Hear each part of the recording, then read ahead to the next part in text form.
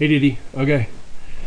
Figured I'll do another video because that's the easiest way to explain stuff, especially when I'm trying to show you a few things in Corel here. So, your first question was, let's see. I'll just go to the email. When you download sample color from the bitmap,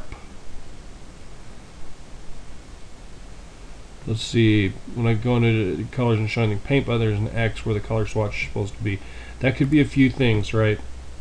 When there's an X in the color swatch right here, and also in the, let's see, like up here,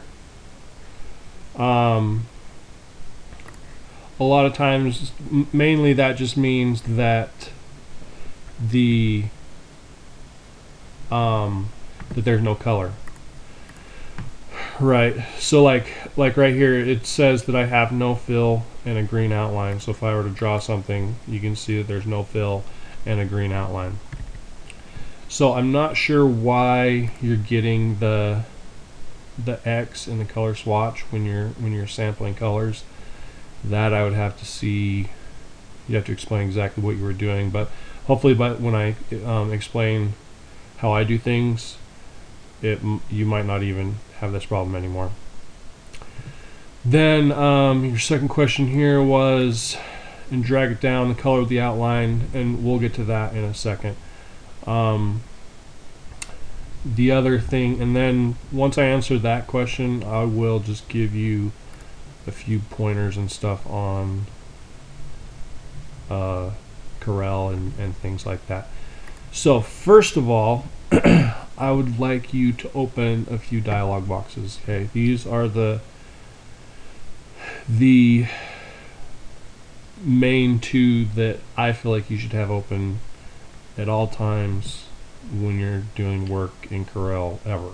Okay, and keep in mind I'm using Corel X6, which is the version right before the trial you're using, so things may be a little different. I'm not sure. I haven't upgraded to that one yet, but it should be similar enough that you shouldn't have a problem finding the things that I'm talking about. So come up here to Window and then down to Dockers. You need to find Dockers in X7. I'm assuming it's under the Windows thing. And then go to Object Manager. Okay, this is where all of your different layers and whatnot are going to be, and you see how it has the different pages, because I have different pages in the document going on right now. Okay, and in this thing, it looks like you had object properties, and that's good. You'll want that one also. So open up Object Managers and also Object Properties. And mine I default to this tab here. If you may have it pop up like this or something, just grab it and bring it and just put it wherever you'd like. Excuse me. So basically, just a quick overview of what these are. The Object Manager is basically your layers. Okay. Let me close all these so it's a little bit easier to understand. So you can see that I have a bitmap, your bitmap that you sent me, and it highlights that. This, see, that made the rectangle. Okay, we can add different layers, and we can just grab the rectangle and put it on whatever layer you want. And you can hide the layers. The layers are just like GIMP, and mainly just like GIMP. Inkscape it's super hard to work in layers.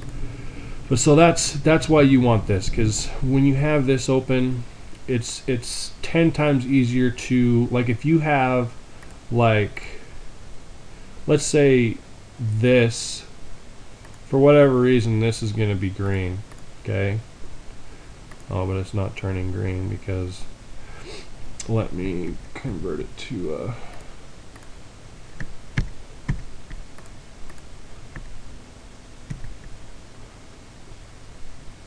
I don't know why that's not changing, but you have like one thing mixed in with a whole like 100 different things, and it's green and the rest of them are black, and you see it over here. You can click on it and it'll select it, and you can do what you want with it. Okay, that's why this is a good thing to use, like always.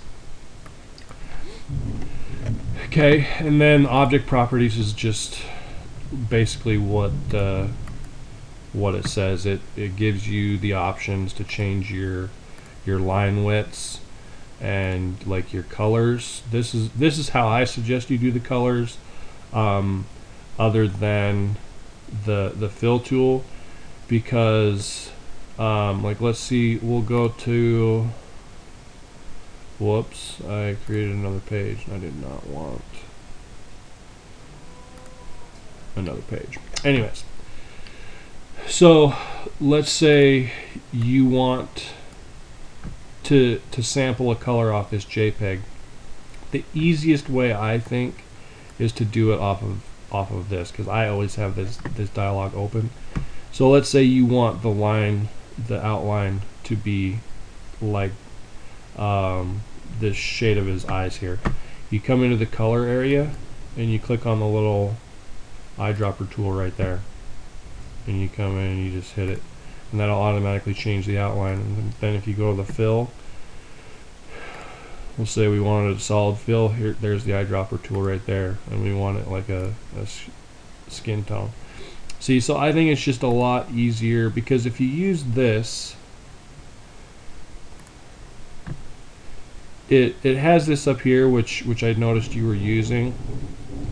You have to come down here and sample the color, and then it gives you the bucket that you then have to go and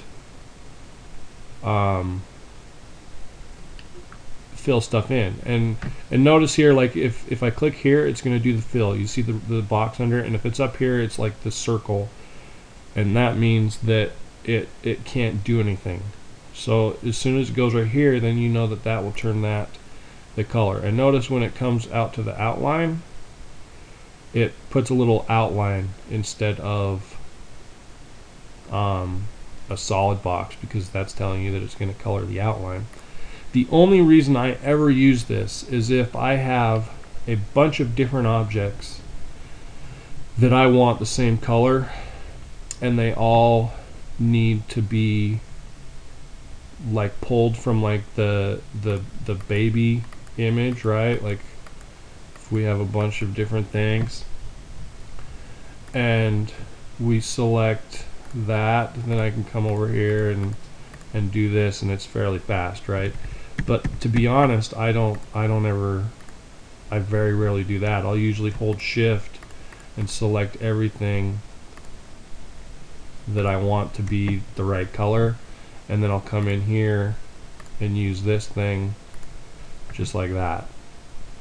So I very rarely use the color eyedropper tool over here anymore. So that, let's see, this page is, I'm going to delete it. That's the one I made on accident. So let me delete all this.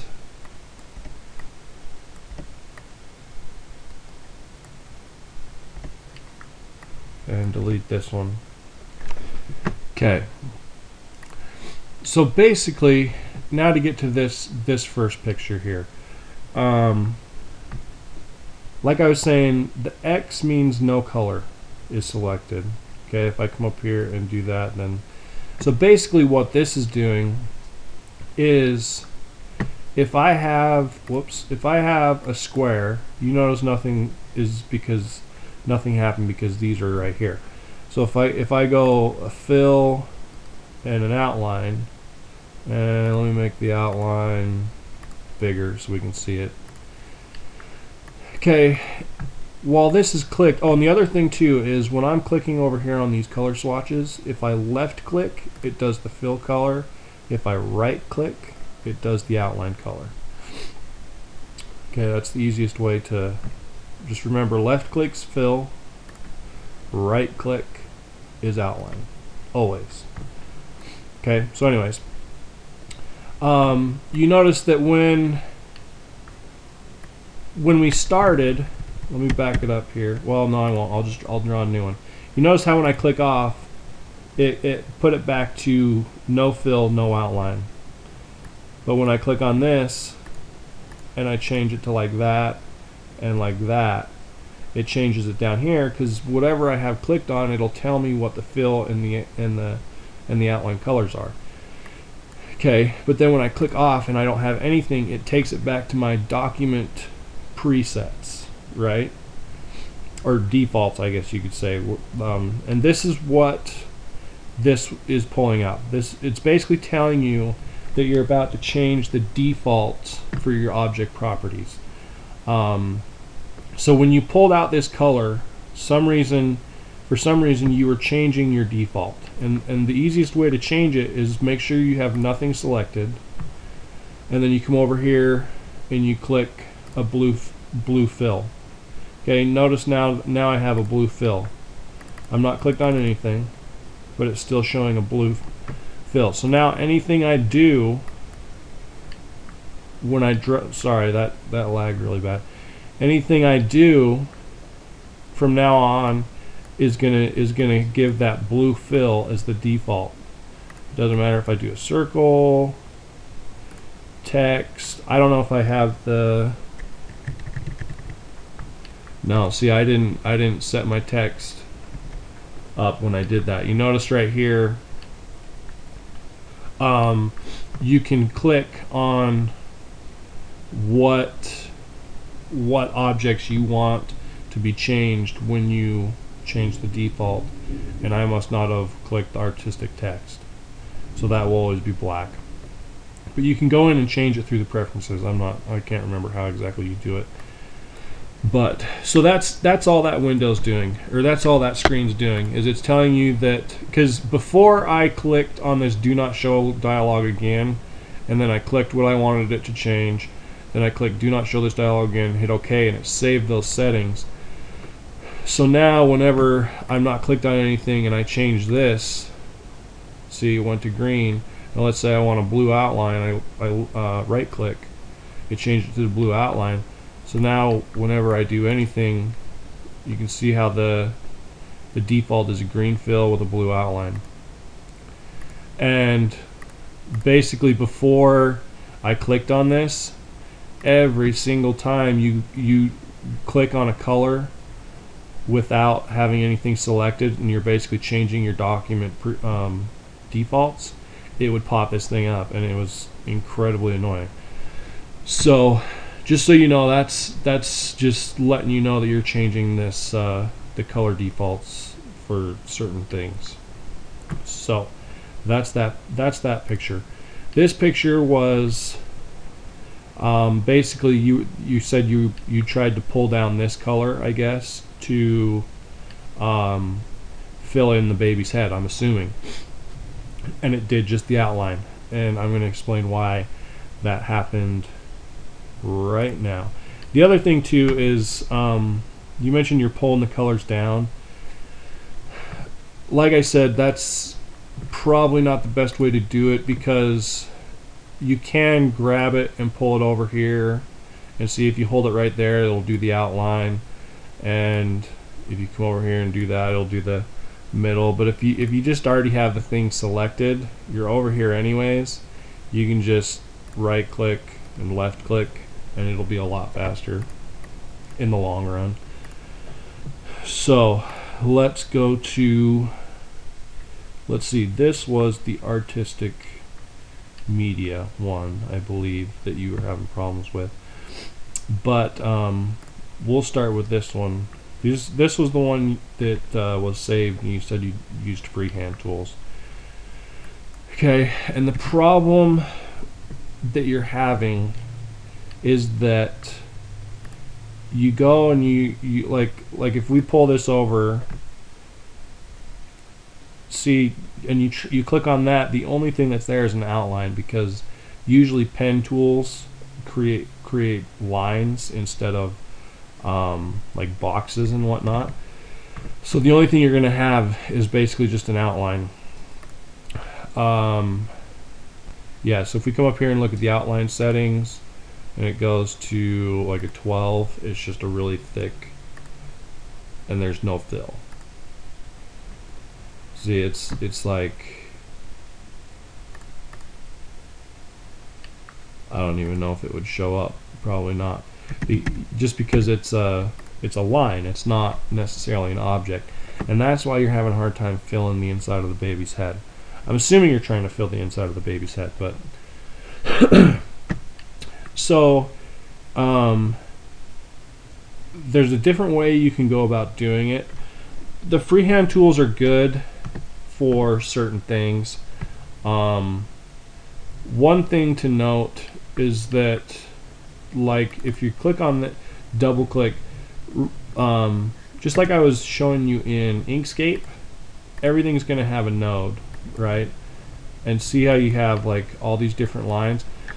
Well, these are all separate things, and they're not letting, they're basically not making a solid area, because these are separate things. And even though, if we were to zoom in far enough, you can see that this is actually not connected, even though the lines are touching here, they're actually not. I just went to wireframe there, by the way, sorry. They're not solid, so it's not gonna let the color fill in the inside. Okay, and it would be really hard to go through and change all that. I mean, you can, like, if you select this one and you select this one and then you hit weld, that'll turn that into one solid piece. But see, there's still two nodes there. There's this node here and this node here, and you see how it's two. There's still two separate like things, even though you've turned them into one solid piece. As far as Corel is concerned, there's still gaps, and to change that, you'd have to come in here and highlight both of those and come up to this join two nodes, and that'll basically take those two nodes and make them one, and make that one solid line. See, so now that filled, now that will, but you'd have to do that all the way around, and it's not the best way to do it. Okay, lines are good for like things like this, right? Because you just want single solid lines, and things like this is fine. But what you'd want to do is you'd want to take this and click on these two together and then weld them, just so they're like one piece, I guess you could say, right? And then you take all this like mess here, and you'd have to find out what's doing what, and that comes down here, and this, we can delete that one. That's just kind of take this and whoops. What am I doing here? Let's see, we're going to click on that and make it a straight line, and click on this and go like that. Bring that around here, and then we're going to bring, whoops, this up and take these. Take this on and delete it.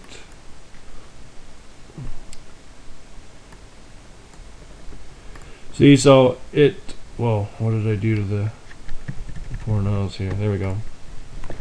So it works in for certain things, and the more you use it, the more you'll realize how the best way to do it. One thing that you should know is like if you're going to, like, we'll just use the pen tool here. So we're gonna draw a line and make a curve and a curve. Okay. So right now it's drawing a blue line because I have a blue outline, and there's a green fill. There's not a green fill in here yet, but if you notice, the pen, as soon as I come up to this second curve, my original thing, you'll notice a little circle pops in right underneath the little pen icon. See that little circle? That means as soon as you join those, that's telling Corel that you want this to be a solid piece. And notice how it filled it in because it's one continuous thing. Okay, if we hit escape and we just wanted it to be like open-ended, that's fine. It would be that. You'll never be able to fill that with a fill color because it's broken. That's the problem you're having with this, is you have all these individual lines, and technically, even though they're touching on the ends, they're still technically broken. And so that's why you can't fill it. You can usually come back in and connect onto an existing node. You see the little X, and then you come over here and it changed. So if you click there, now we hooked straight onto that node again. Then if we come back up to here and click on that, then it'll fill it again. You just have to pay attention to make sure that you're watching your little icons and stuff.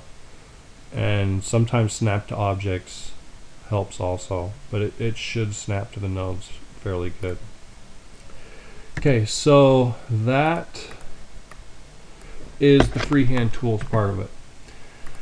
Now the artistic media. Artistic media, let me see how, oh man, I'm going kind of long. So the artistic media is a little different. Even though it looks the same, it's way different. If we come over here and go to, let's see, we're on page 4. I'm going to close this one, close that one, open this. Okay, you can see that we'll open page 3 too. You can see on page 3, see when you click something in here on page 3, notice how it automatically switched to page 3 and highlighted it. Okay, on page 3 you have just curves. They're all going to be curves because that's what like most of the hand-drawn tools do. Okay, on page 4 you have artistic media, which is different. You'll notice how it says it's a curve, but then when you open each one of these, it has an artistic media group. Okay, and the reason for that is you go to artistic media, and I have some custom brushes here that I've bought and uploaded into Corel. And see, I have like hundreds and hundreds of different things, and I selected the feather because it's the best way to show you about artistic media. Artistic media is usually a lot of times complex vector objects that someone has put in and created a brush out of, basically. So you notice how this is a feather, right?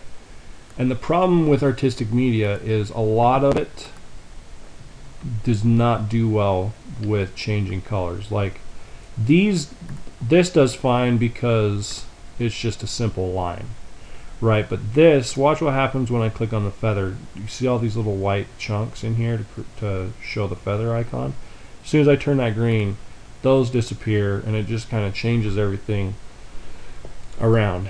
And it's not the, sometimes it's really good to use, but sometimes it's not. And you can get away with changing the colors on artistic media, but you got to go through a few steps. You have to click on it, and then you come and see it says there's a curve, and there is a curve because when I move it, you see that line there? That line is the line I drew originally. So this line right here is the curve. That's the curve. And then Corel puts the artistic media on that curve. So that's why there's both of them. So you'll see when I take this and I right click and then break artistic media group apart, you'll see, let me take this and I'm going to turn it red. Well, I can't do that yet. So I break it apart, and you'll notice that these will technically, this is grouped in with this curve, like it's one piece. So like when you select it and move it, they both go the same.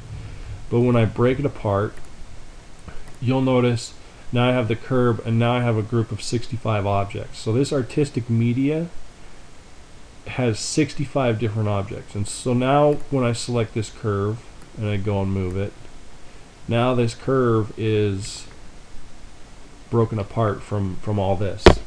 So if I hit delete, so then you come in here and see all this is grouped, so it's still one piece, right? But if I open it up, you can see that there's basically 65 different curves in here. So if I still wanted all this, I could come down here. Let's say I want this black to be red, so I can click on the black and hit red, and now it keeps it the same, because technically each one of these little white pieces is its own vector object, right? So that's the thing with artistic media. Sometimes it's really good, sometimes it's a huge pain. I would say for you just learning things, I would kind of stay away from it as far as using it to trace things, just because it's gonna more than likely cause you more problems than it's worth. If you come, let's see, to, oh, it's at the bottom here.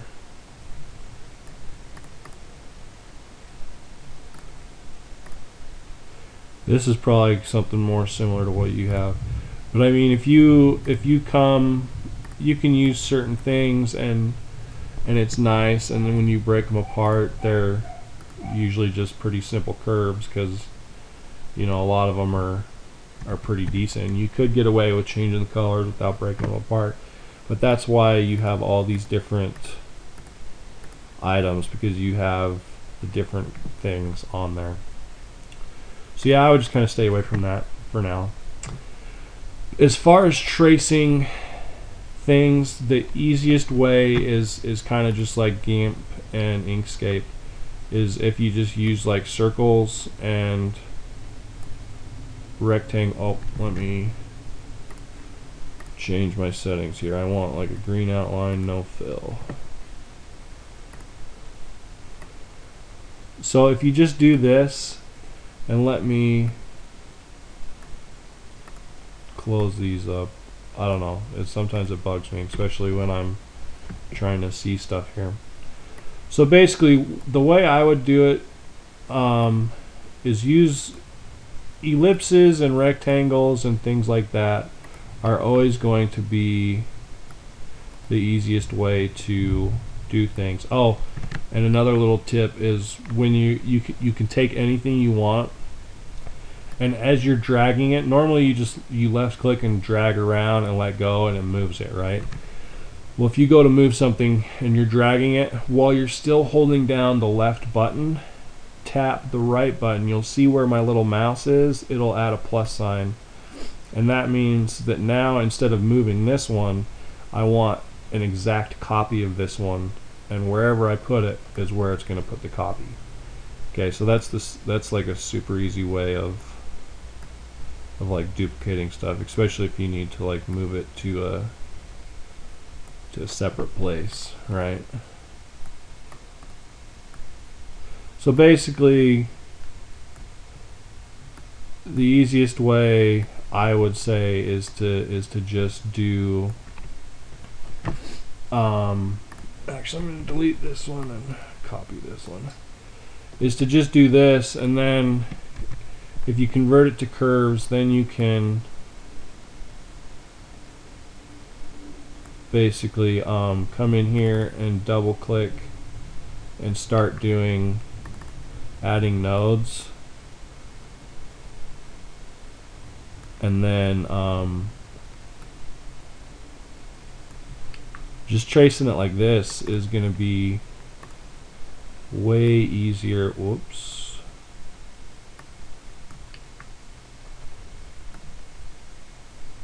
like that. And then actually what I'm going to do is I'm going to take this one and copy it over here and then just mirror it. And that would probably be, maybe rotate it a little bit. It should get us close. And then if we come like right here and add a node, and whoops. But see, the more you play around with it, the better you'll get at it. And then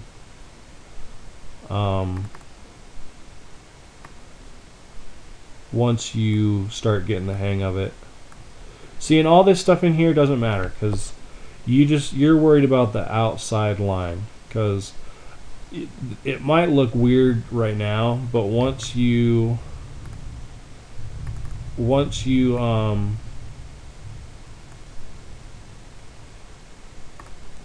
get the outside done, then basically what you do is you highlight everything, and so you have 4 different things that you had to make to create this outline.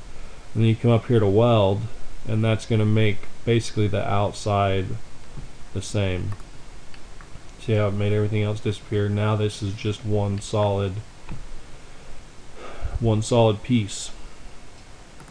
And see how it changed it to one curve. So then if we come in here to the fill, and we want it to be that color, and then we don't want an outline anymore. And then just to make it to where you can keep tracing, you can either pull that down like that, but what I would probably do is I would add a layer, and I would put this up on that layer, and then you can hide that. And then whatever layer's red is the layer that you're going to be drawing on. So you can draw on layer 1, and then so once you get I need to turn snapping off, sorry. With most of it, it's just going to be trial and error, you know. And then we come in here, we've got to convert it to a curve, which is Control Q. And if we put a node here, put a node here, then I want to delete that node. And if we hide, when we just click on that, you see it puts a dot, and that means we have this line selected. If you click here, it selects the node, but if you click there, it selects the dot. And if we come up here to straight, it'll straighten out this line in between the 2 nearest nodes, which is this one and this one that we just put in. So you go right there, hit straight, and that made our eyeball, right? And so then we can take this and copy it over there, and we may want this, and I'm just double clicking on these, by the way, to get into the node section. You can either select something and then come up here to the shape tool, which is how you get into it, or you can be selected on the shape tool already and click an object, and then that will show the nodes for you.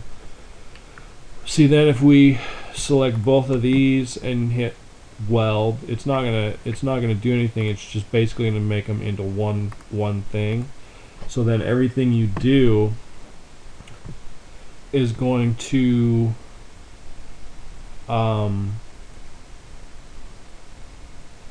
basically do it to both of them, if that makes sense. So we like take the outline away, and then see, this is one thing where it would be good to use this, because if you go into that other thing, it's going to turn it black, and we don't want it to turn black. Now we open that. Oh, see this? The eyes are below that.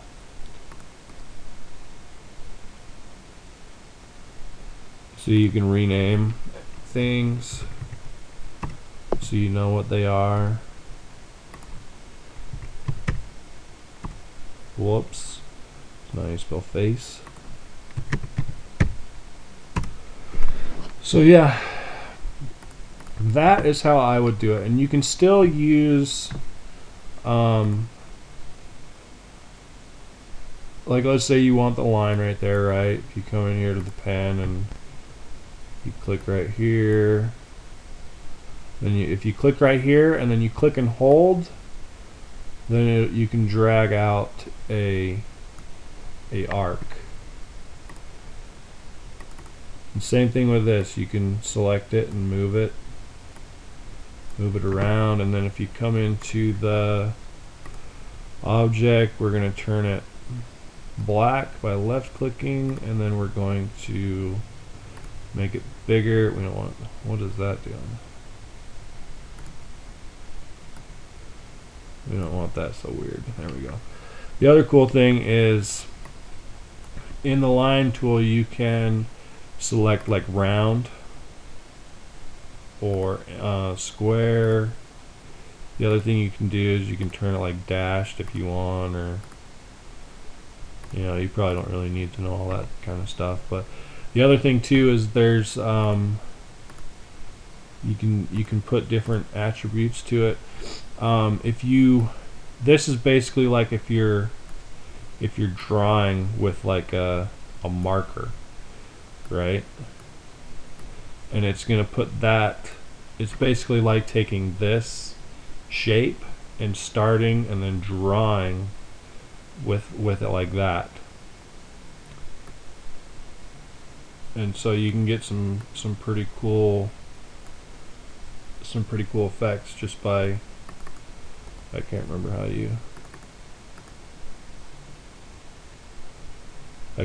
you reset that, but I'm pretty sure it's just 0 and 100. There we go. So yeah, that and it's usually a lot easier to just copy and paste stuff and then like edit the nodes to get it to do what you want, versus going around and drawing everything. We're going to move those up. We want that on top of the face. See, so I hope that has answered most of your questions, and hopefully I gave you a few tips on a little bit better way to go about things. But I think you'll find that Corel, I mean, just the layers section alone is worth it over Inkscape in my opinion. So, but yeah, sorry the video was so long. Let me know if you have any more questions, and I will do my best to answer them. Thanks. Bye.